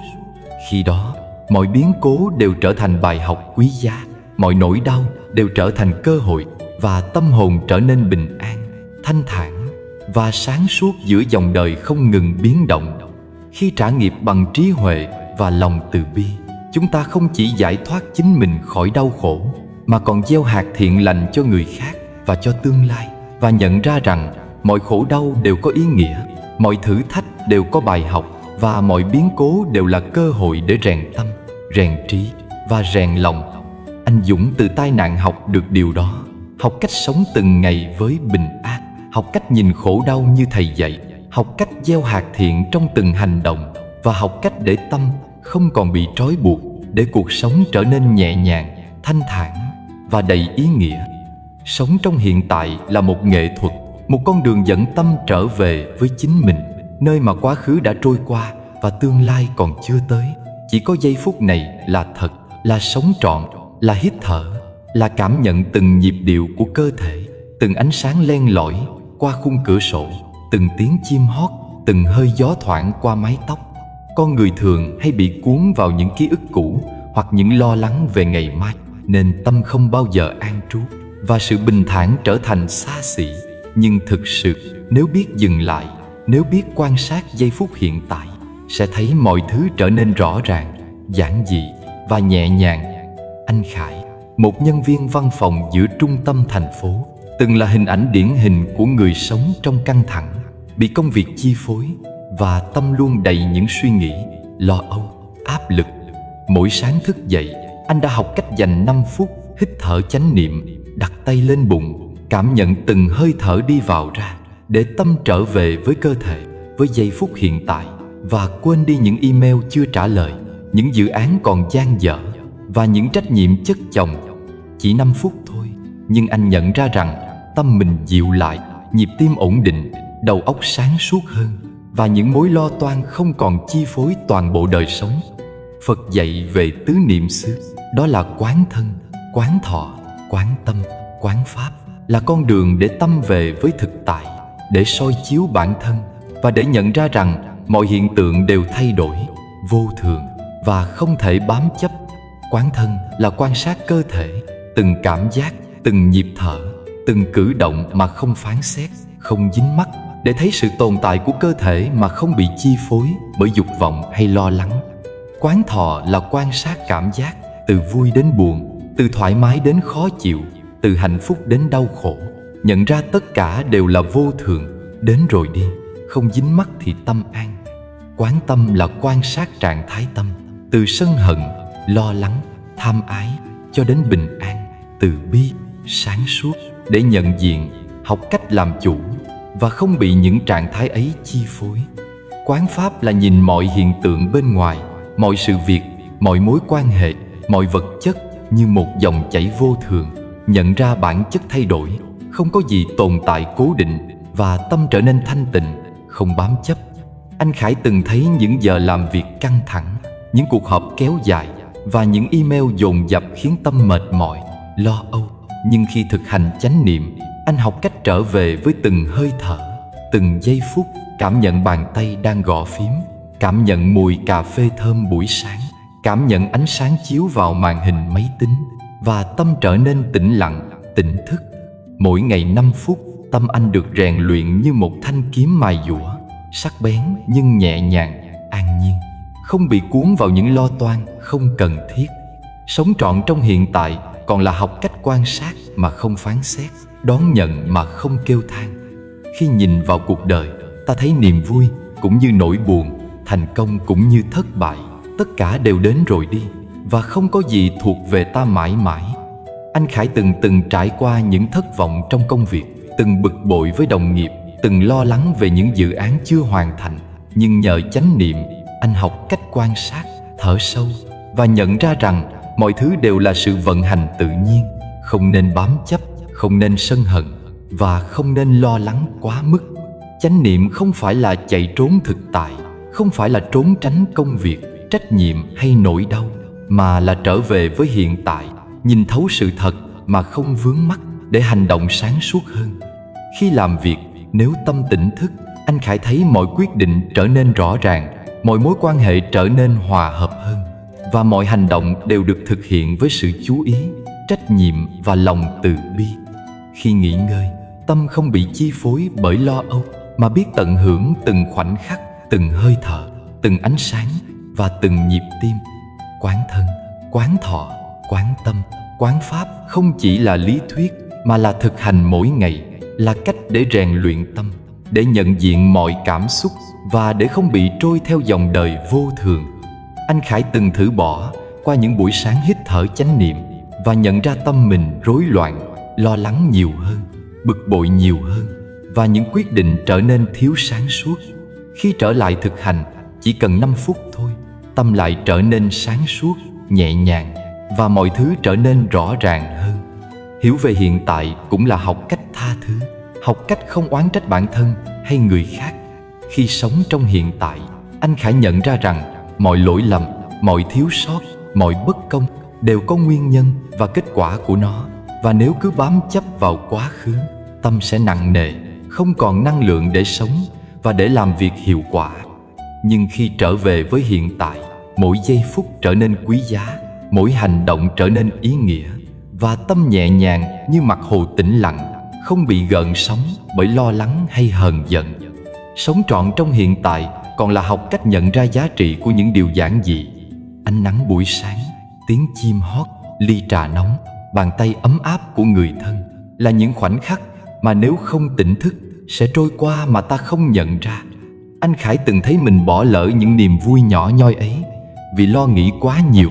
Nhưng khi thực hành chánh niệm, anh học cách dừng lại, cảm nhận và trân trọng từng giây phút, từng hơi thở, từng nhịp tim.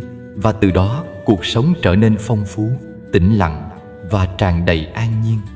Chánh niệm còn giúp tâm không bị cuốn theo dòng suy nghĩ vô tận. Khi làm việc, nếu không chú ý, anh Khải từng thấy mình mệt mỏi vì những suy nghĩ về quá khứ, những lo lắng về tương lai. Nhưng chỉ cần một vài nhịp hít thở, tập trung vào thân thể và hơi thở, tâm trở lại hiện tại, mọi lo lắng lắng xuống và năng lượng sống trở lại, tư duy trở nên sáng suốt và hành động trở nên hiệu quả hơn. Sống trong hiện tại cũng là học cách quan sát cảm xúc mà không dính mắc, học cách nhận diện niềm vui và nỗi buồn như những đám mây trôi trên bầu trời, đến rồi đi, không cố giữ, không cố đẩy đi, và tâm trở nên tự tại. Anh Khải từng thấy mình buồn bực vì một lời nói của đồng nghiệp, nhưng nhờ chánh niệm, anh nhận ra cảm xúc ấy đến rồi đi, tâm không cần bám chấp, và anh trả lời với sự sáng suốt, không sân hận, không oán trách, và mối quan hệ được duy trì hài hòa hơn. Thực hành sống trọn trong hiện tại còn là học cách rèn luyện sự kiên nhẫn, học cách nhận diện từng khoảnh khắc, và học cách để tâm không bị cuốn theo dòng suy nghĩ vô tận. Mỗi ngày, 5 phút chánh niệm là nền tảng để anh Khải phát triển khả năng tỉnh thức, để nhận diện bản thân, để học cách gieo hạt thiện, và để cuộc sống trở nên nhẹ nhàng, thanh thản và trọn vẹn hơn. Hiện tại là nơi duy nhất chúng ta thực sự sống, nơi duy nhất chúng ta có thể trải nghiệm, cảm nhận và hành động. Khi anh Khải sống với hiện tại, anh không còn lo lắng quá mức về tương lai, không còn hối tiếc quá khứ, và từng hơi thở, từng hành động, từng suy nghĩ trở nên ý nghĩa. Mỗi việc làm, mỗi lời nói, mỗi cử chỉ đều được thực hiện với sự tỉnh thức, với trí tuệ và với lòng từ bi. Chánh niệm không phải là chạy trốn, mà là trở về, quan sát và sống trọn từng giây phút. Anh Khải từ những phút hít thở buổi sáng học cách quan sát cơ thể, học cách nhận diện cảm giác, học cách quan sát tâm, và học cách nhìn mọi hiện tượng xung quanh như chúng đang tồn tại, không thêm, không bớt, không phán xét. Khi đó, tâm trở nên tĩnh lặng, sáng suốt, và mọi hành động đều trở nên ý nghĩa. Sống trọn trong hiện tại còn là học cách trân trọng và yêu thương, học cách đối diện với mọi việc mà không sợ hãi, và học cách gieo hạt thiện trong từng khoảnh khắc. Anh Khải nhận ra rằng nếu không sống với hiện tại, anh sẽ bỏ lỡ vô số cơ hội quý giá, vô số niềm vui giản dị, và vô số bài học để rèn tâm, rèn trí và rèn lòng. Khi sống trong hiện tại, mọi thứ đều trở nên rõ ràng, mọi hành động đều trở nên trọn vẹn, và tâm trở nên nhẹ nhàng, thanh thản và bình an.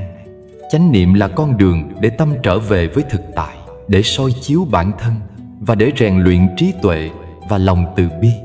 Anh Khải từ những ngày thực hành chánh niệm học cách sống từng giây phút, học cách quan sát cơ thể, cảm giác, tâm và mọi hiện tượng, học cách hít thở, học cách mỉm cười với chính mình và học cách gieo hạt thiện trong từng khoảnh khắc. Khi đó, cuộc sống trở nên nhẹ nhàng, tĩnh lặng và trọn vẹn, và anh nhận ra rằng mỗi giây phút hiện tại đều là kho báu, đều là cơ hội để sống, để yêu thương và để trưởng thành. Sống trọn trong hiện tại không chỉ là học cách hít thở, quan sát và nhận diện, mà còn là học cách làm chủ cảm xúc, học cách hành động với sự tỉnh thức và học cách gieo hạt thiện trong từng việc nhỏ. Khi thực hành đều đặn, tâm trở nên sáng suốt, nhẹ nhàng, không bị chi phối bởi quá khứ hay lo lắng về tương lai, và cuộc sống trở nên trọn vẹn, bình an và ý nghĩa. Anh Khải từ 5 phút chánh niệm buổi sáng đã nhận ra rằng sống trọn từng giây phút là con đường dẫn đến an nhiên, hạnh phúc và tự do nội tâm giữa dòng đời đầy biến động. Từng hơi thở, từng nhịp tim, từng ánh sáng chiếu vào mắt, từng tiếng chim hót, từng cơn gió thoảng đều trở thành giáo pháp, đều trở thành bài học và đều nhắc nhở rằng hiện tại là tất cả, hiện tại là nơi duy nhất để sống, để học hỏi và để gieo trồng hạt thiện lành. Anh Khải từ thực hành chánh niệm nhận ra rằng tâm trở nên tự tại, lòng trở nên nhẹ nhàng và mọi hành động đều được thực hiện với trí tuệ và từ bi, mang lại bình an cho chính mình và cho người xung quanh. Sống trọn trong hiện tại là sống tỉnh thức, là sống với trí tuệ và lòng từ bi, là học cách quan sát mà không phán xét, là học cách đón nhận mà không bám chấp, và là học cách gieo hạt thiện trong từng khoảnh khắc. Anh Khải từ 5 phút hít thở chánh niệm mỗi sáng, từ từng khoảnh khắc quan sát cơ thể, cảm giác, tâm và hiện tượng, đã học cách sống trọn vẹn, học cách bình an giữa dòng đời biến động và học cách gieo hạt thiện lành để cuộc sống trở nên nhẹ nhàng, tĩnh lặng và trọn vẹn. Hiện tại là kho báu duy nhất, chánh niệm là con đường duy nhất để nhận ra kho báu ấy, và thực hành từng ngày sẽ giúp tâm trở nên sáng suốt, nhẹ nhàng và bình an. Anh Khải học cách sống từng giây phút, học cách quan sát cơ thể, cảm giác, tâm và mọi hiện tượng, học cách hít thở, mỉm cười và gieo hạt thiện, và nhận ra rằng sống trọn trong hiện tại là con đường dẫn đến an nhiên, hạnh phúc và tự do nội tâm giữa dòng đời vô thường. Khổ đau vốn là một phần tự nhiên của đời sống. Nó đến như những cơn mưa bất ngờ, như bùn nhão dưới chân, như những khó khăn chất chồng mà không ai có thể tránh khỏi. Nhưng trong khổ đau ấy, nếu nhìn sâu, có thể nhận ra hạt giống của giác ngộ, giống như bông sen nở giữa bùn lầy, vẫn thanh khiết, vẫn tinh khôi, vẫn vươn lên hướng ánh sáng. Hoàng, một người tù giữa những bức tường lạnh lẽo, từng tưởng rằng cuộc đời đã chấm hết với anh, rằng tất cả hy vọng đã bị đóng kín. Nhưng khi anh dừng lại, khi anh học cách quan sát nỗi đau mà không chối bỏ, anh thấy rằng khổ đau không phải là kết thúc, mà là môi trường để hạt giống giác ngộ được nuôi dưỡng. Trong những ngày tháng tù ngục, Hoàng học cách thiền trong từng hơi thở, học cách quan sát từng cảm giác, từng cơn giận, từng nỗi sợ, từng cảm giác tủi nhục mà không phán xét, mà không bám chấp. Anh nhận ra rằng tâm mình vốn là buồn, những phiền não, những hờn giận, những đau khổ là buồn ấy. Nhưng nếu biết thực tập, biết quan sát, biết hít vào thở ra với chánh niệm, buồn ấy không còn là gánh nặng mà trở thành dưỡng chất để bông sen trong tâm nở rộ, để giác ngộ âm ỉ được thổi bùng lên. Khổ đau đến với mọi người theo cách riêng của nó, nhưng phản ứng của mỗi người với khổ đau mới quyết định hướng đi của đời sống. Nếu chỉ oán trách, than van, chối bỏ hoặc đắm mình trong đau khổ, khổ đau sẽ nuốt chửng tâm trí, sẽ làm con người chai lì, mệt mỏi và vô vọng. Nhưng nếu học cách nhìn khổ đau như một phần của tự nhiên, học cách lắng nghe những thông điệp mà nỗi đau gửi đến, học cách ngồi yên với cảm giác khó chịu, căng thẳng, lo sợ, tâm sẽ từ từ tĩnh lặng, và những hiểu biết về bản thân, về đời sống sẽ nảy nở. Hoàng nhận ra rằng trong buồn, anh tìm thấy chính mình, trong đau khổ, anh nhìn thấy chân lý, và trong những phút giây tưởng như tuyệt vọng, anh học được cách gieo hạt thiện trong tâm. Khổ đau không chỉ là sự mất mát, không chỉ là nỗi cô đơn hay thất vọng, mà còn là người thầy dạy con người biết kiên nhẫn, biết quan sát, biết chánh niệm. Khi ngồi thiền trong phòng giam chật hẹp, Hoàng từng trải qua những cơn nóng giận, những lo lắng, những hờn trách. Nhưng anh không né tránh, không trốn chạy, mà quan sát từng cảm giác, từng suy nghĩ, từng cảm xúc, để thấy rằng tất cả đều vô thường, đến rồi đi, và không gì thuộc về anh mãi mãi.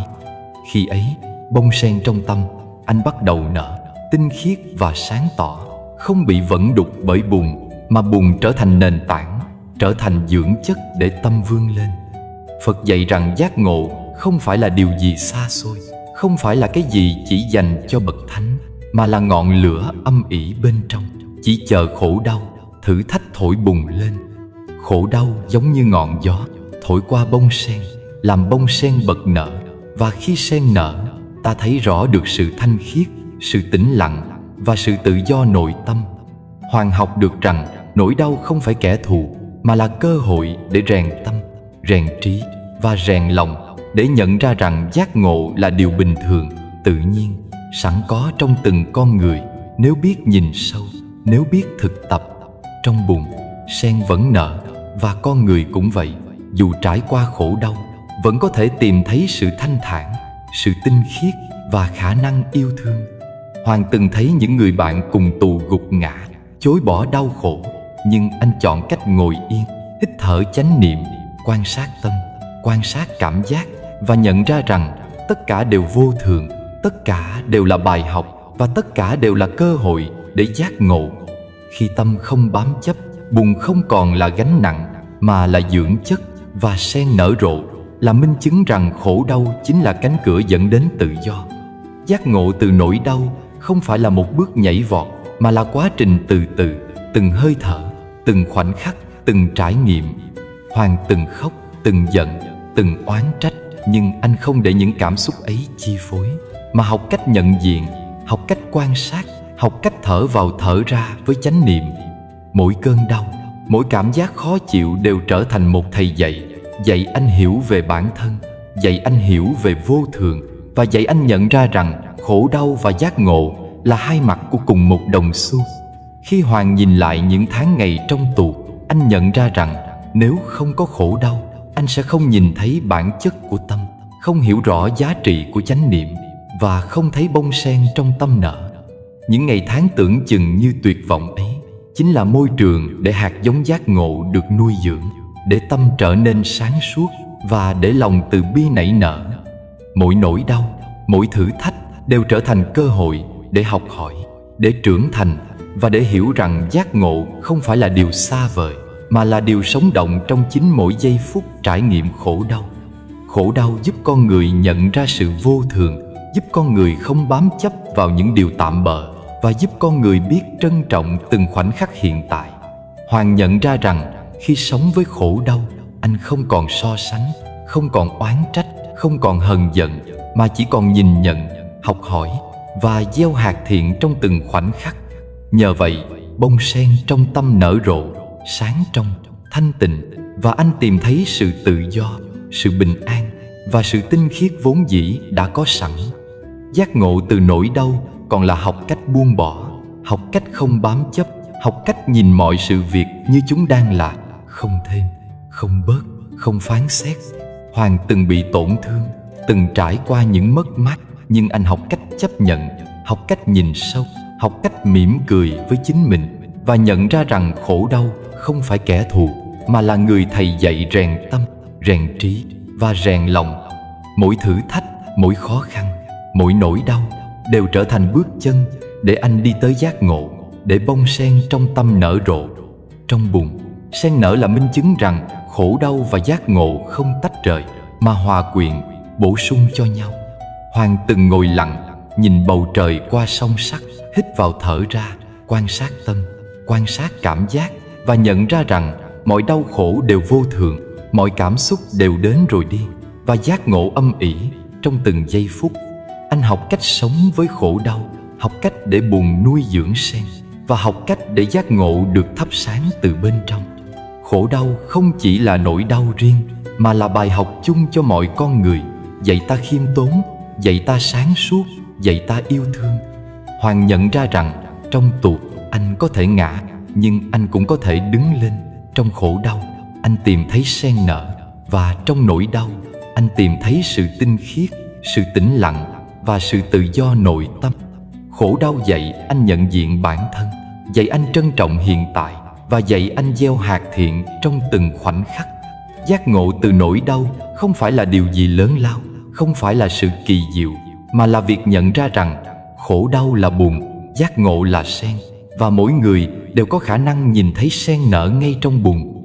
Hoàng từ từng ngày thiền, từng khoảnh khắc hít thở chánh niệm, từng trải nghiệm khổ đau, đã học cách nhìn sâu, học cách mỉm cười, học cách sống với khổ đau, và học cách gieo hạt thiện trong tâm.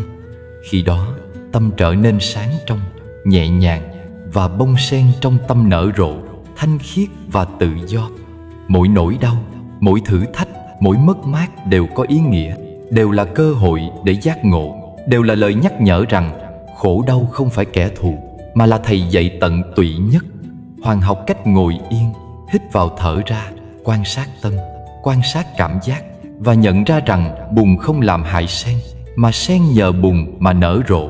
Và con người cũng vậy, nhờ khổ đau mà giác ngộ được thắp sáng, từ đó tìm thấy sự thanh thản, sự tinh khiết và sự tự do nội tâm. Khổ đau không trốn tránh được, nhưng giác ngộ có thể nảy nở trong khổ đau nếu biết nhìn sâu, nếu biết thực tập, nếu biết gieo hạt thiện trong tâm. Hoàng từ những tháng ngày tưởng như tuyệt vọng ấy học được rằng khổ đau là điều kiện để sen nở, là ngọn lửa âm ỉ để giác ngộ bùng lên.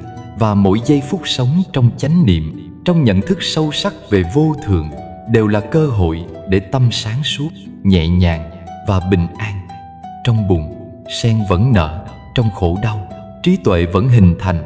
Và Hoàng từ từng khoảnh khắc thiền, từng trải nghiệm khổ đau, từng hít vào thở ra, đã tìm thấy bông sen trong tâm, thanh khiết, tinh khiết và tự do, để thấy rằng giác ngộ không ở đâu xa, mà chính là ngọn lửa âm ỉ trong mỗi con người, chỉ chờ khổ đau, thử thách để thắp sáng và tỏa rạng giữa bùn lầy của đời sống. Cuộc sống là một hành trình dài, nơi từng bước đi đều ẩn chứa bài học, nơi mỗi trải nghiệm đều là cơ hội để nhìn sâu, để hiểu và để trưởng thành.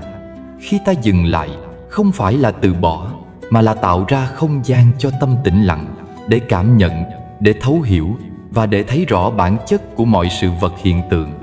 Dừng lại không phải là dấu chấm hết, mà là khởi đầu cho sự nhìn sâu, nơi ta nhận ra rằng mọi khổ đau, mọi thất bại, mọi mất mát không phải để áp đặt lên ta, mà để dạy ta cách sống với tâm sáng suốt, với lòng khoan dung và từ bi. Nhìn sâu là bước tiếp theo, nơi ta quan sát mà không phán xét, nơi ta thấy rõ sự vô thường của mọi thứ, sự tạm bợ của những điều mà ta từng bám chấp. Khi nhìn sâu, ta nhận ra rằng khổ đau không nằm ngoài đời sống, mà nằm ở sự bám chấp, ở sự chống đối bên trong, ở những dục vọng, những lo âu, những hờn giận chưa buông xuống. Chỉ khi ta dám nhìn thẳng vào thực tại, dám đối diện với cảm xúc và suy nghĩ của chính mình, ta mới thấy được bản chất của mọi phiền não, và từ đó từng bước chuyển hóa chúng. Như dòng sông lặng lẽ chảy, tâm ta cũng trở nên dịu êm khi không còn gồng gánh, không còn bám chấp. Chấp nhận là một hành động thâm sâu, không phải là buông xuôi, mà là thấu hiểu rằng mọi sự việc đều đến và đi theo duyên của nó, rằng không có gì thuộc về ta mãi mãi, và rằng buông bỏ không có nghĩa là mất, mà là mở ra. Khi chấp nhận, ta không còn bị điều kiện bên ngoài điều khiển, không còn bị những tình huống, những người khác hay những sự kiện khống chế cảm xúc và suy nghĩ của mình. Ta nhận ra rằng khổ đau vẫn tồn tại, nhưng không còn quyền lực để chi phối ta, và tâm ta trở nên tự do, nhẹ nhàng như cánh lá trôi theo dòng nước, không chống lại, không bám víu, chỉ an nhiên mà nhìn. Buông là đỉnh cao của sự thực tập, là hành động của người hiểu biết và tỉnh thức. Buông vật chất, buông người, buông cả tâm trí, buông tất cả những gì từng là gánh nặng, từng là nỗi lo, từng là phiền não, để tâm được thanh thản. Khi buông, ta không mất gì, mà thực sự mở ra một khoảng không gian rộng lớn, nơi tình thương, nơi trí tuệ, nơi an nhiên có thể nảy nở. Cô Hành, một người phụ nữ từng mang trong tim nỗi đau của quá khứ, học cách buông lá thư cũ, không phải quên đi người, mà là tự thương mình, để nỗi đau không còn kìm hãm, để tâm nhẹ nhõm và sáng tỏ. Lời Phật dạy là chân lý bất diệt, rằng khổ đau không biến mất. Nhưng khi ta biết dừng, biết nhìn, biết chấp nhận và biết buông, khổ đau không còn điều khiển được ta. Ta có thể trải nghiệm nỗi đau mà không bị nó vùi dập. Ta có thể thấy thất bại mà không bị nó định hình. Ta có thể mất mà không đánh mất bản chất an nhiên, tự do và lòng từ bi trong tâm.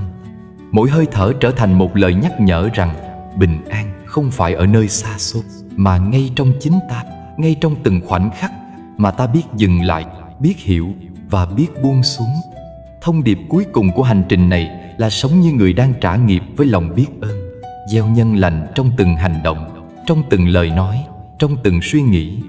Khi đối diện với khó khăn, ta không oán trách, không giận dữ, mà đặt câu hỏi: điều này đang dạy tôi điều gì? Và từ đó tìm ra bài học, gieo duyên tốt cho bản thân và cho người khác. Sống biết ơn với những gì đang có, không tham cầu quá nhiều, không so sánh, không ganh ghét, là cách để đời sống trở nên nhẹ nhàng, trọn vẹn và hạnh phúc. Bình an không ở đâu xa, nó hiện hữu ngay trong hơi thở này, trong nhịp điệu trái tim, trong từng khoảnh khắc ta biết dừng lại và quan sát. Khi ta biết buông bỏ, ta không còn bị ràng buộc bởi quá khứ, không còn lo lắng về tương lai, mà sống trọn trong hiện tại, trọn trong sự hiểu biết và tình thương. Sống để thương không phải là ban phát điều gì xa xôi, mà là nhìn thấy nỗi đau của người khác, cảm thông, sẻ chia và gieo hạt lành bằng sự kiên nhẫn và lòng từ bi. Hành trình từ dừng, nhìn sâu, chấp nhận đến buông bỏ không kết thúc ở một điểm nào đó, mà là quá trình liên tục. Mỗi ngày là một cơ hội để thực tập, để học hỏi, để sống trọn với giây phút hiện tại. Khi biết dừng, tâm không còn vội vàng. Khi nhìn sâu, ta không còn bị mê hoặc. Khi chấp nhận, ta không còn chống đối. Khi buông, ta mới thực sự an. An không phải là trạng thái thụ động, mà là trạng thái tỉnh thức, là khả năng sống trong từng khoảnh khắc mà không bị chi phối, không bị giam giữ bởi những điều tạm bợ, để tình thương, trí tuệ và niềm vui nội tại được nở rộ. Sống trọn trong từng giây phút, không bám víu, không khước từ, chỉ an nhiên mà nhìn. Ta sẽ nhận ra rằng mọi thứ đều là duyên, mọi người đều là thầy, và mọi nỗi đau đều là cơ hội để giác ngộ. Buông để an, an để sống, sống để thương là con đường đưa ta đến tự do, đến thanh thản và đến hạnh phúc không bị điều kiện chi phối. Giống như Hoàng tìm thấy bông sen trong bùn, như cô Hạnh tìm thấy thanh thản trong lá thư cũ, ta cũng có thể tìm thấy bình an trong từng hơi thở, từng khoảnh khắc và từng trải nghiệm của đời sống. Khi kết thúc hành trình, ta nhận ra rằng không cần nắm giữ quá nhiều, không cần chống đối, chỉ cần an nhiên, quan sát, học hỏi và gieo duyên lành. Bình an không phải là điều xa xôi, không phải là nơi nào ngoài tầm với, mà ngay nơi đây, ngay trong hơi thở này, trong từng phút giây, ta biết dừng lại, biết hiểu và biết buông xuống. Từ sự buông bỏ đó, tình thương nảy nở, trí tuệ hiện ra, và ta sống trọn vẹn từng giây phút của đời mình. Hãy nhớ rằng buông không phải là mất, mà là mở ra tâm trí để yêu thương, mở ra trái tim để cảm thông, mở ra cuộc đời để sống trọn vẹn với hiện tại, gieo hạt lành và trải lòng với những cơ hội mà mỗi ngày mang đến. Khi sống như vậy, khổ đau không còn điều khiển, thất bại không còn hủy hoại, và đời sống trở nên nhẹ nhàng, tươi sáng và tràn đầy tình thương. Mỗi hơi thở, mỗi khoảnh khắc là một lời nhắc nhở rằng an nằm ngay trong tay ta, và sống trọn, thương trọn chính là cách ta nối kết với bản chất tự nhiên, thuần khiết và thanh thản vốn có của đời sống. Sống trọn trong hiện tại, biết buông, biết an và biết thương là hành trình trở về với chính mình, là quay về với sự tinh khiết, là tiếp tục gieo nhân lành và gieo duyên tốt. Bình an không chờ đợi, nó hiện hữu ngay nơi đây, trong từng nhịp thở, trong từng giây phút ta biết dừng lại, biết nhìn sâu, biết chấp nhận và biết buông, để tâm thanh thản, để lòng từ bi nở rộ, và để đời sống trở nên trọn vẹn như vốn dĩ nó đang có.